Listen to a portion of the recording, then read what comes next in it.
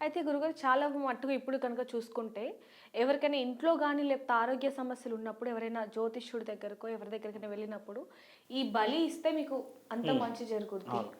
అంటే ఇక్కడ లేదా బలి అనే మీరన్నారు. బలి అనేటటువంటిది ప్రతి ఒక్కదానికి బలి ఇవ్వడం అనేటటువంటిది బలి అనేటటువంటి నిషిద్ధం చేశారు. జగద్గురు ఆదిశంకరాచార్యుల కాలం నుండే అవును. మనకు బలి ప్రదానం అనేటటువంటిది నిషిద్ధించి, దీన్ని అమ్మవారిని ఈ యొక్క శాంత స్వరూపంగా ఆరాధన చేయండి. మీ మనసులో ఉన్నటువంటి కోరికలు ఆ తల్లి జగన్మాత అమ్మవారు మనం మనస్ఫూర్తిగా వేడుకున్నటువంటి కోరిక దేన్నైనా నెరవేరుస్తుంది కాబట్టి శాంతపూర్వకంగా అమ్మవారిని పూజించండి. అంతే తప్ప బలి అనేటటువంటి పేరుతో అమ్మవారిని ఉగ్ర స్వరూపంగా మార్చకండి. అలా మారింది అంటే ఆ అమ్మవారికి బలి దొరకనప్పుడు మన మొత్తం జీవితాన్ని బలి తీసుకుంటుంది. మొత్తం గ్రామాన్ని బలి తీసుకుంటుంది. ఎందుకంటే ఒక్కసారి ఎవరికైనా రక్తదాహం అనేటటువంటిది అంటింది అని అంటే ఆ సమయంలో అమ్మవారికి ఆహారం దొరకకపోతే ఆ అమ్మవారు ఎవరినైనా బలి చేస్తుంది. కాబట్టి అలాంటి ఆ కోణం మనకు వద్దు అని చెప్పి జగద్గురు శంకరాచార్యులు అమ్మవారిని శాంత స్వరూపంగా కొలవండి అనేటటువంటి పద్ధతులు మనకు కొన్ని ఇచ్చారు. దీంట్లో వామాచార పద్ధతి, దక్షిణాచార పద్ధతి అని 2 రకాల పద్ధతులు ఉంటాయి. దక్షిణాచారంగా వెళ్ళడం అనేటటువంటిది మన సనాతన ధర్మంలో ఉన్నటువంటి పద్ధతి.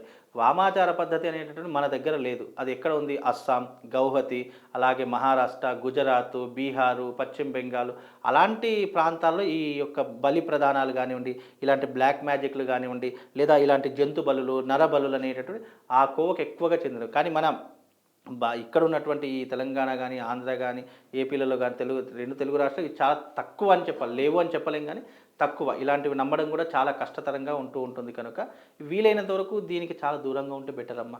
ఎందుకంటే ఇవి తెలుసుకొని అనవసరంగా దీన్ని మిస్‌యూజ్ చేయడమే తప్ప, దీన్ని ఆచరించే వాళ్ళు గాని, లేదా దీనివల్ల నేను ప్రయోజనం పొందుతాననేటటువంటి అంశాలు గూడా చాలా తక్కువ శాతంలో ఉంటాయమ్మ. గురుగారు చాలా మందికున్న ప్రశ్న ఏంటంటే, కొంతమందికి ఇందాక మనం అనుకున్నట్టుగా, గత వీడియోలో అనుకున్నట్టుగా అంటే ఆరోగ్య సమస్యలు బాలేకపోయినా, ఇంట్లో బాలేకపోయినా, లేకపోతే ఉద్యోగం రీత్యా బాగోలేకపోయినా, డబ్బులు చేతిలో నిలవట్లేదు అన్నా, ఒక తాయెత్తు కడితే అంతా సర్దుమణుగుతుంది అనేది ఎంతవరకు కరెక్ట్ అంటారు? ఇక్కడ ఒక సమస్య ఇప్పుడు ఎవరైనా మన దగ్గరకు ఒక సమస్యతో వచ్చినప్పుడు, ఆ సమస్యను పరిష్కరించడానికి ఎన్నో రకాలైనటువంటి మార్గాలు ఉంటాయి.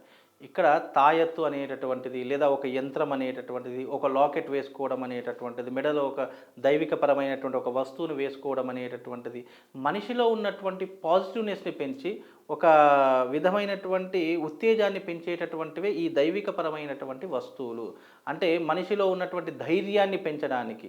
ఇప్పుడు ఒక డాక్టర్ దగ్గరికి వెళ్తామండి. అతని హస్తవాసి మంచిది. ఇతడు అంటే అట్లా నలుగురు నోట్లో ఒక పేరు వింటాము. అతని దగ్గరికి మన మైండ్‌లో ఏమైతే అబ్బా! ఇతని దగ్గరికి వెళ్తే మనకు తక్కువైపోతుంది. ఇతని దగ్గరికి వెళ్తే మనకు నయం అయిపోతుంది అని మనం ఎలాగైతే విశ్వసించి నమ్మకంతో ఒక వ్యక్తి దగ్గరికి వెళతామో, ఆ వ్యక్తి ఏదిచ్చినా కానీ అతను సాటిస్ఫాక్షన్ అవుతాడు. అతడు చక్కగా దీని ద్వారా నాకు మంచి జరిగిందని చెప్పేసి ఆ మంచి ఇంకో 10 మందికి చెప్తారు. అంటే ఇక్కడ మనిషిలో ఉన్నటువంటి చైతన్యాన్ని పెంచడానికే తప్ప, ఇక్కడ ఇది కట్టుకోవడం ద్వారానే ఇది జరిగిపోయింది అనేటటువంటి అంశాలైతే ఎక్కడ ఉండవు. కాకపోతే ఏంటంటే, అది మనిషిలో ఉన్నటువంటి పాజిటివ్‌నెస్‌ని, ధైర్యాన్ని పెంచడానికి. ఇప్పుడు నువ్వు ఒక ఉద్యోగ సమస్యతో వచ్చావు. నాకు ఉద్యోగం దొరకట్లేదు అని అంటావు.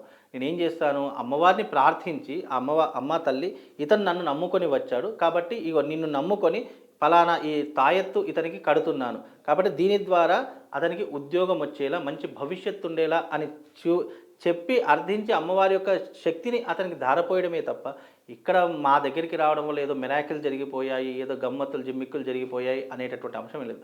ఇప్పుడు పూజారి ఒక ఆలయంలో పూజారి ఎలాగైతే ఉంటాడో, అలాగే వాళ్ళకు మంచి జరగడానికి మేమిచ్చేటటువంటి తాయెత్తో, లాకెట్టో, యంత్రమో, మంత్రమో, తంత్రమో ఏదో ఒకటి వాళ్ళకు ఉపయోగపడాలి అనే ఒక పాజిటివ్ ఎనర్జీతో వాళ్ళకి ఇవ్వడమే తప్ప, ఇది కట్టుకోవడం వల్లనే ఇలా అయింది అని చెప్పడానికి 100% దాఖలాలైతే మన దగ్గర లేవు.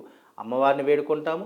ఆ తల్లి ఏం చేస్తుంది? ఫలానా మాకు ఇది ఇవ్వమనో, లేదంటే ఇలా ఇస్తే ఇతనికి మంచి జరుగుతుందేమో అనేటట్టు ఒక జ్యోతిష్య పరంగా, లేదా ఒక ఆధ్యాత్మిక పరంగా, ఒక దైవిక పరంగా ఒక వస్తువుని ఇవ్వడం ద్వారా అతనికి శుభము లాభం చేకూరుతుంది అనే ఒక ఉద్దేశంతో ఇవ్వడమే తప్ప, ఫలానా అది కట్టుకుంటేనే వస్తుంది అనేటటువంటి నమ్మకాలైతే పెట్టుకోకండి.